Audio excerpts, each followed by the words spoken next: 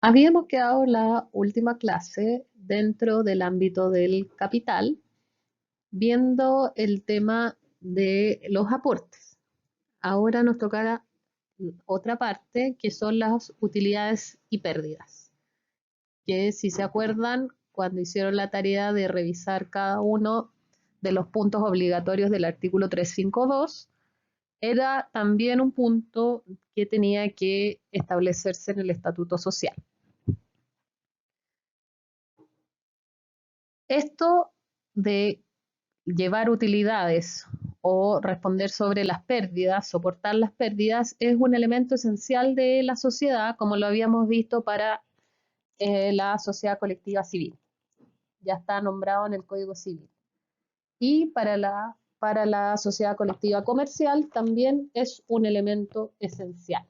No hay sociedad sin, digamos, tener lucro, que son las utilidades, o en el caso que nos vaya mal, soportar las pérdidas.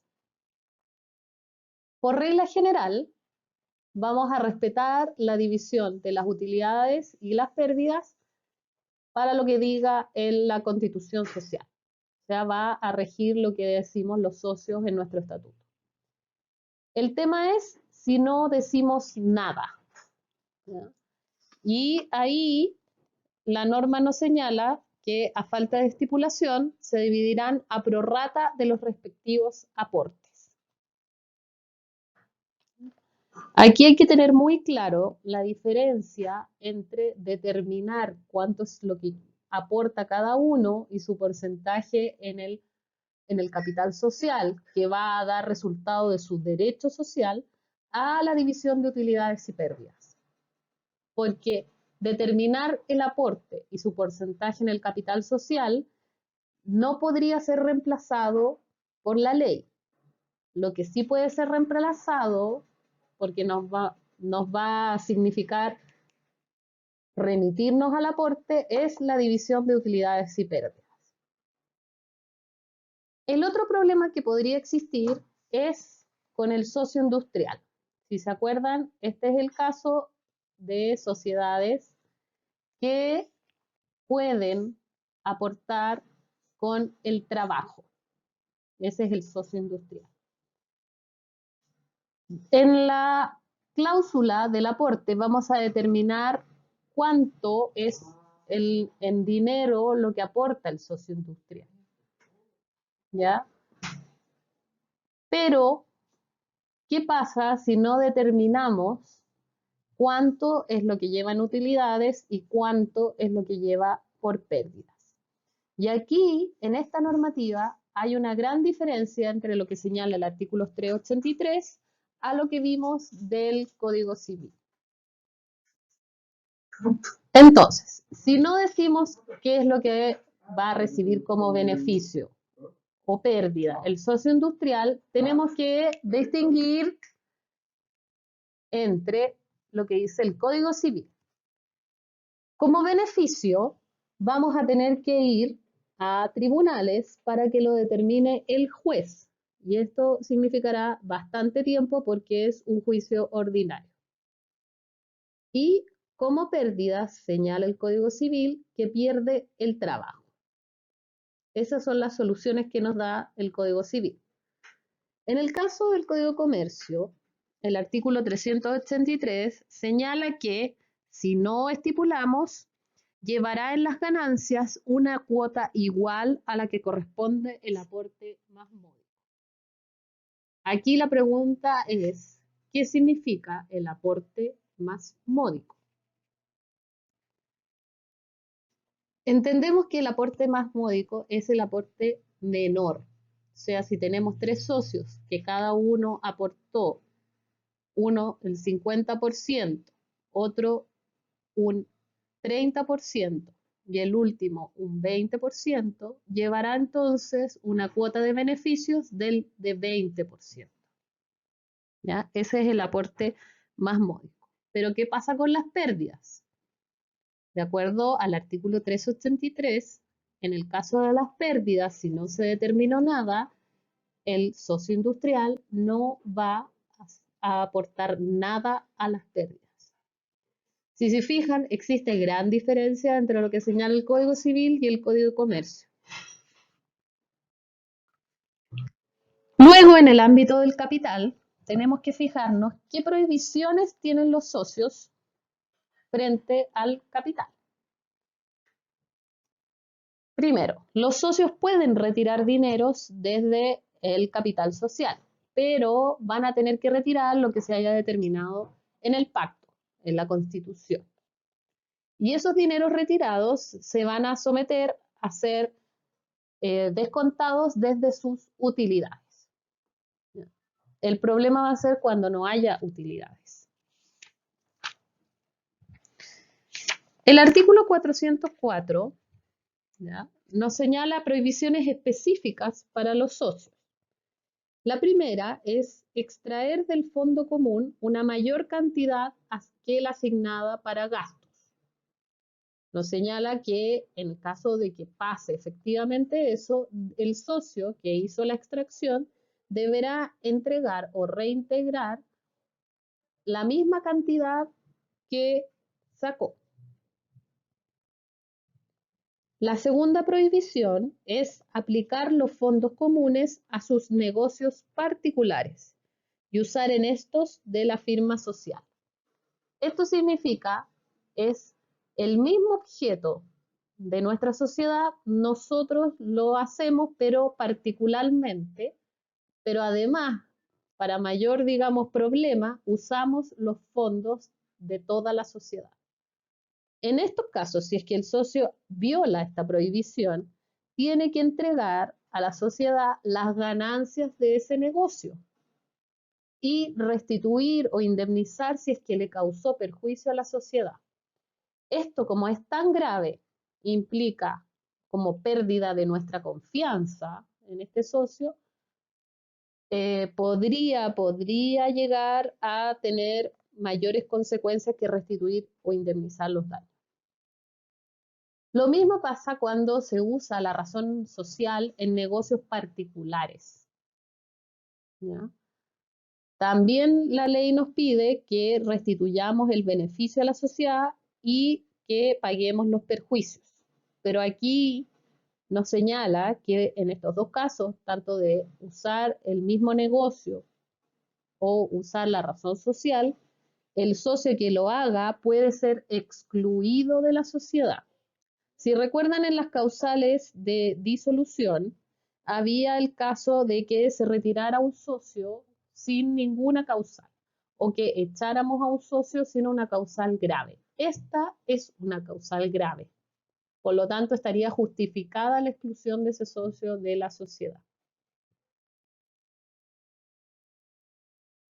Otra prohibición, y aquí sí que tenemos un ejemplo clarísimo de que estamos frente a una sociedad de personas y no una sociedad de capitales y que existe la intuito persona, es la prohibición de ceder los derechos sociales. Salvo, nosotros vimos que se podían ceder si es que existía unanimidad. No podrá entonces ningún socio ceder a su propio arbitrio sus derechos sociales, ni hacerse sustituir como titular de la sociedad. Si en el caso que lo haga, esa cesión, dice la norma, es nula y causal además de exclusión de la sociedad. Nuevamente es una causal grave. Y por último, se habla de explotar por cuenta propia el ramo de industria en que opere la sociedad. O sea, explotar el mismo giro social, pero por cuenta propia, aquí sin los fondos de la sociedad. También el socio va a quedar obligado, si es que lo hace, a llevar a la sociedad los beneficios que ese negocio le haya reportado o indemnizar los gastos que le haya reportado a la sociedad. En el caso del socio industrial, no puede trabajar, digamos, en nada más que el trabajo que hace para la sociedad. Si es que hiciese eso, también estará obligado a llevar a la sociedad las ganancias que hubiera obtenido. Pasamos entonces al otro punto importante, terminando el capital, empezamos con el punto de la razón o firma social. Este punto es importante para entender también tanto la administración como la representación de nuestra sociedad. En el caso de las sociedades colectivas, el nombre de la sociedad tiene una característica especial. Si nosotros nos fijamos en la sociedad que estábamos revisando para la tarea, este estatuto RUCAN, podemos ver que el nombre de la sociedad RUCAN señalaba un nombre bastante imaginario, RUCAN, no atiende a ninguno de los apellidos de los socios, y terminaba en la palabra limitada. Esto es porque la sociedad RUCAN es una sociedad de responsabilidad limitada, no es una sociedad colectiva comercial, ¿ya? Las colectivas comerciales, su nombre siempre va ligado al nombre de los socios, ¿ya?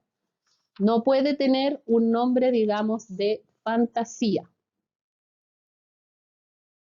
De acuerdo al artículo 365, dice, la razón social es la fórmula enunciativa de los nombres de todos los socios o de alguno de ellos, con la agregación de la palabra compañía. O también se puede agregar el diminutivo CIA.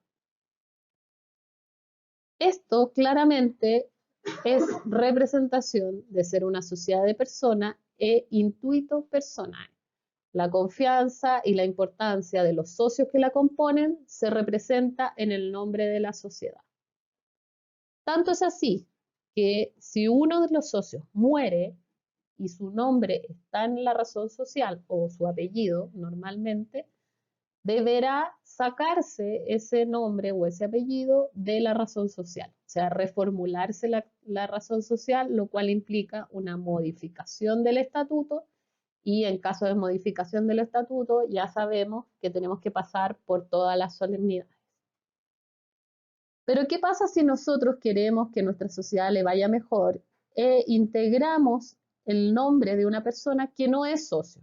Por ejemplo, nuestra sociedad se llama González y Zamora y compañía, pero para que suene más rimbombante le ponemos Rockefeller y compañía. Pero el señor Rockefeller no es socio de nuestra sociedad. Eso está en el artículo 368. Señala que el que tolera la inserción de su nombre en razón de comercio de una sociedad extraña queda responsable a favor de las personas que hubieran contratado con ellos. Si el señor Rockefeller autoriza a nuestra sociedad a poner su nombre, significa que él va a responder como si fuera un socio frente a terceros. Esa es la consecuencia de poner el nombre de un socio con su autorización, o sea, de un nombre de una persona que no sea socio. Normalmente vamos a ver que en la escritura, en la constitución social, se va a determinar quién puede usar la razón social. Y quién puede usar la razón social generalmente va a estar identificado con la administración. O sea, usar la razón social significa representar a la sociedad. Y ahí vienen los temas de si es que, bueno, de acuerdo al artículo 371, solo puede usar la razón social el socio o socios a quienes se le haya conferido la facultad por escritura. ¿Qué pasa si en la escritura no dijimos que había un socio o socios quienes podían usar la razón social? Dice la norma que en defecto de una delegación expresa, todos los socios podrán usar la firma social.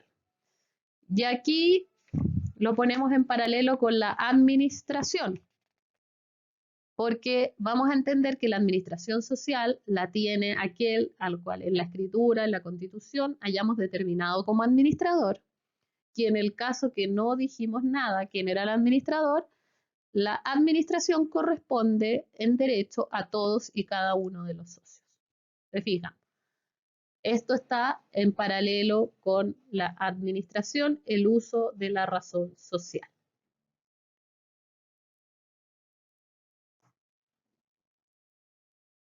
Bueno, ¿y para qué puede ser usada esta razón social? Vamos a entenderlo lo mismo que vimos con el Código Civil, esta idea del giro de la sociedad, dentro y el ámbito del giro social. ¿Por qué? Porque el administrador se entiende como un mandatario del resto de los socios, por lo tanto no podría ser más que a lo que la sociedad se tiene que dedicar.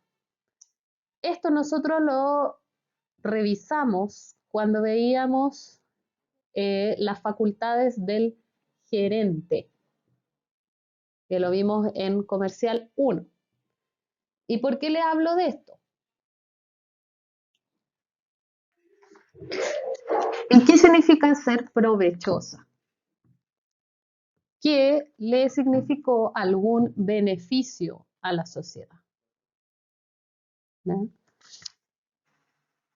Por otra parte, si el socio facultado al uso de la razón social, que normalmente es el administrador, la usare indebidamente, por ejemplo, fuera del objeto social, fuera de su giro, la sociedad no va a responder de esa obligación si es que el tercero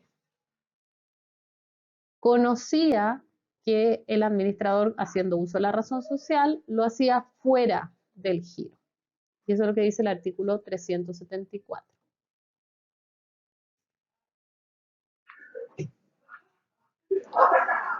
Pasamos ahora a la administración. Vimos entonces el capital, vimos la razón social y pasamos ahora al tema de la administración. ¿Quién tiene la administración en una sociedad colectiva comercial? Es, por regla general, los socios que determinemos administradores en el estatuto o escritura social o en un pacto posterior. Esa es la regla general. Si no decimos nada, dice el artículo 385 que van a tener la administración todos los socios. Ya lo vimos la comparación con el uso de la razón social, por eso les pongo un ojo, vean el artículo 371. Esta administración se enmarca en el giro ordinario de nuestra empresa, o sea, a lo que se dedique la empresa. No va más allá las facultades de los administradores. Y ellos van a obligar a la sociedad y a los socios de una manera solidaria e ilimitada. Y aquí es que quiero que se compare con el artículo 2095 del Código Civil. La administración frente a los demás socios va a tener que tener un cuidado, porque si bien tiene que actuar dentro del giro y tiene facultades, digamos, para actuar, los demás socios pueden oponerse a los actos de la administración. ¿Y de qué estamos hablando? Por ejemplo, los actos de mera conservación no se pueden oponer, ¿ya? Pero a los demás actos, por ejemplo, obligarse con un tercero para hacer un contrato dentro del giro, si es una panadería, obligarse con el molino que vende la harina, por ejemplo, y se va a obligar por 250 kilos de harina, los demás socios dicen no, nos oponemos, nosotros creemos que debería ser solamente por 150. En ese caso, se va a suspender la ejecución del acto hasta que la mayoría se pronuncie. O sea, aquí vamos a tener que ver qué es lo que dice la mayoría. Si es conveniente o inconveniente. Ojo cuando les hablé de la manera que los socios responden, porque ahí estamos hablando de la responsabilidad social y esto es lo que va a quedar de tarea. La diferencia entre la responsabilidad social de la colectiva civil y la colectiva comercial. Entonces estábamos hablando que frente a la oposición había la posibilidad de que se pronunciara la mayoría. Entonces entendemos que hay actos en que la mayoría de los socios va a obligar a la minoría, pero van a ser actos de simple administración.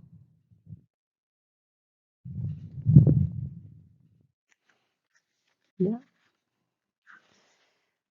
¿A qué llamamos actos de simple administración? Por ejemplo, no podría ser sometido a mayoría la posibilidad de continuar en la sociedad porque se venció el plazo. También no puede ser de simple mayoría la modificación de los inmuebles que componen la sociedad. ¿Ya? Esos son todos actos de unanimidad. La administración, como yo les decía, constituye un mandato hacia estos socios elegidos. ¿Ya?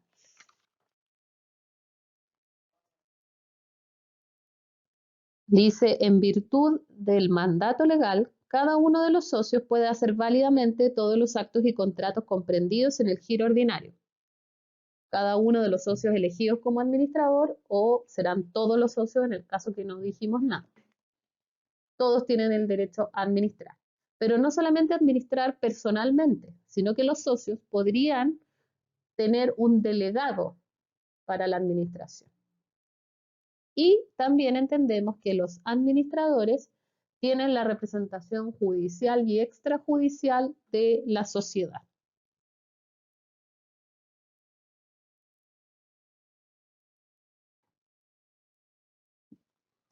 Delegar la administración en un grupo determinado de socios significa que yo dejo inhibidos al resto de los socios de la administración. Esto ya lo hemos visto con varios ejemplos, pero lo dice específicamente la norma del 392. ¿Quiénes son estos delegados entonces? Son aquellos que tienen un poder especial que le hemos dado por el estatuto o por un acto posterior. A eso me refiero cuando digo o su mandato, ¿ya? Porque no va a estar el mandato en el mismo estatuto, sino que en una escritura posterior. Piensen, por regla general, en las constituciones sociales, cuando hay variados administradores, se determina a veces poderes específicos para cada administrador. Por ejemplo, va a haber un administrador que tenga relaciones con los bancos. Determinar este poder específico de relacionarse con los bancos significa que solo él puede hacer los contratos y los demás no pueden. ¿Ya? Va a ser una delegación específica y su poder no va a ser sobre todos los ámbitos de la administración, sino que solamente en relación con los bancos. ¿Ya? Por eso se habla de delegado y no de administrador general.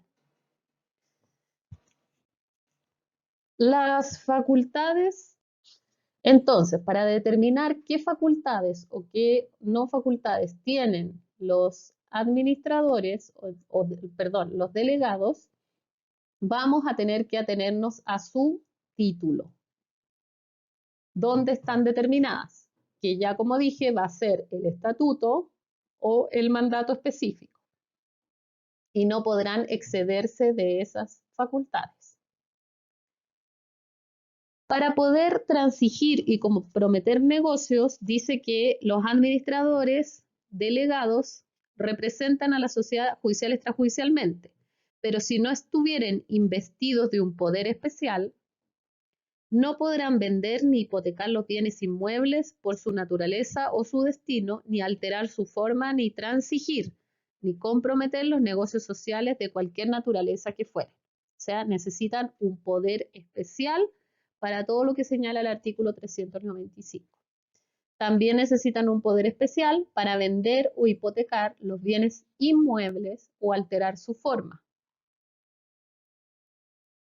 Para lo cual no necesitan poder especial es para los casos del giro ordinario. El ejemplo que da el 397 es para el caso de vender los inmuebles sociales cuando el giro ordinario de la sociedad sea la venta de inmuebles.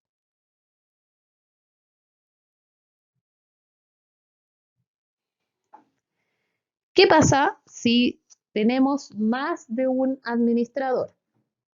Normalmente, para que no se equivoquen o no se peleen los administradores, se establecen poderes específicos para cada administrador. Si no es así, se señalan las escrituras que los administradores actuarán de consuno, que significa de acuerdo.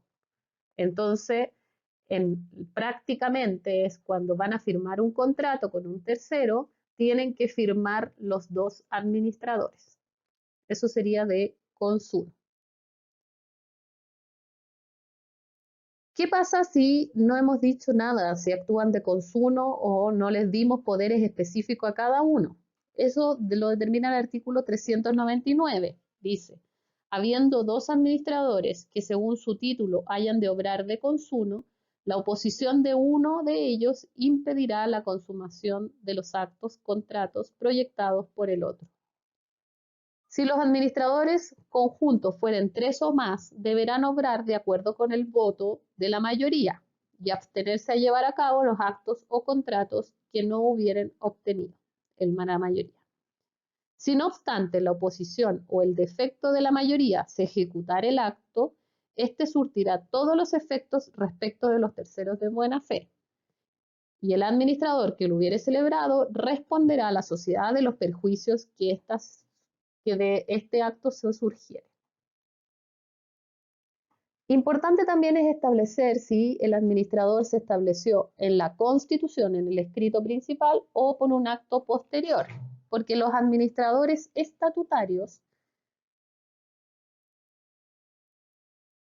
pueden ejecutar todos los actos del giro ordinario a pesar de la oposición de sus consocios. O sea, esto, ojo, pero solamente los administradores estatutarios. ¿Qué pasa si nuestro administrador socio se muere? Recuerden que la muerte, regla general, en el caso de las colectivas civiles, implicaba una causal de disolución. Vamos a ver que en las colectivas comerciales no. ¿Ya? Y ingresan a la sociedad los herederos, si es que no decimos nada en el estatuto. Nada de decir que no van a ingresar y además vamos a seguir con los restos de los socios. Pero regla general es que ingresen los herederos a la sociedad. Si el administrador Juan se muere e ingresan sus dos hijos, María y Cristina, ninguna de las dos puede heredar la facultad de administrar. La facultad de administrar es intransmisible. Es a quien se le ha entregado y si muere él, va a morir con ella su facultad, digamos.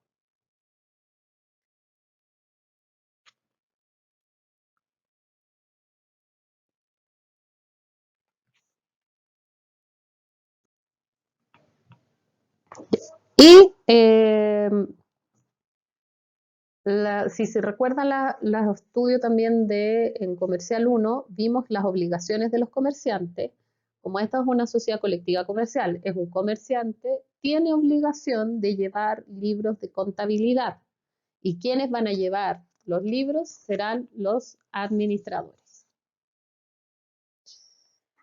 Entonces, de acuerdo a todas las normativas que hemos visto, cuando se obliga la sociedad a responder frente a terceros y, en su defecto, quedan obligados y responsables los socios de estas obligaciones, cuando existan obligaciones válidamente contraídas dentro del uso de la razón social y dentro del giro del negocio, y además haya estado hecha por la persona que puede usar la razón social y administra, y tiene la facultad de administrar, y vamos a tener que determinar específicamente como abogados si esa facultad de administrar implica esa obligación que se está llevando a cabo.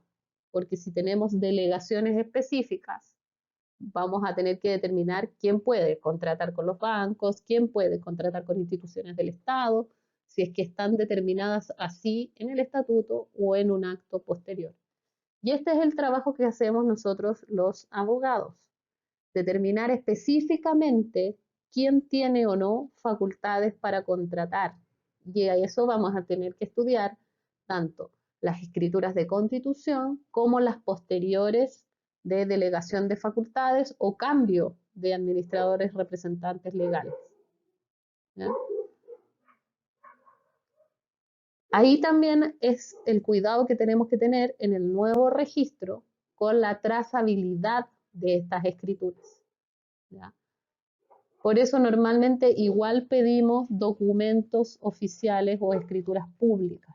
Recuerden que los comerciantes tienen obligación de inscribir determinados actos en el registro de comercio, ya que vimos eso también en Comercial 1. Y nos vemos en nuestra próxima clase. Recuerden hacer la tarea.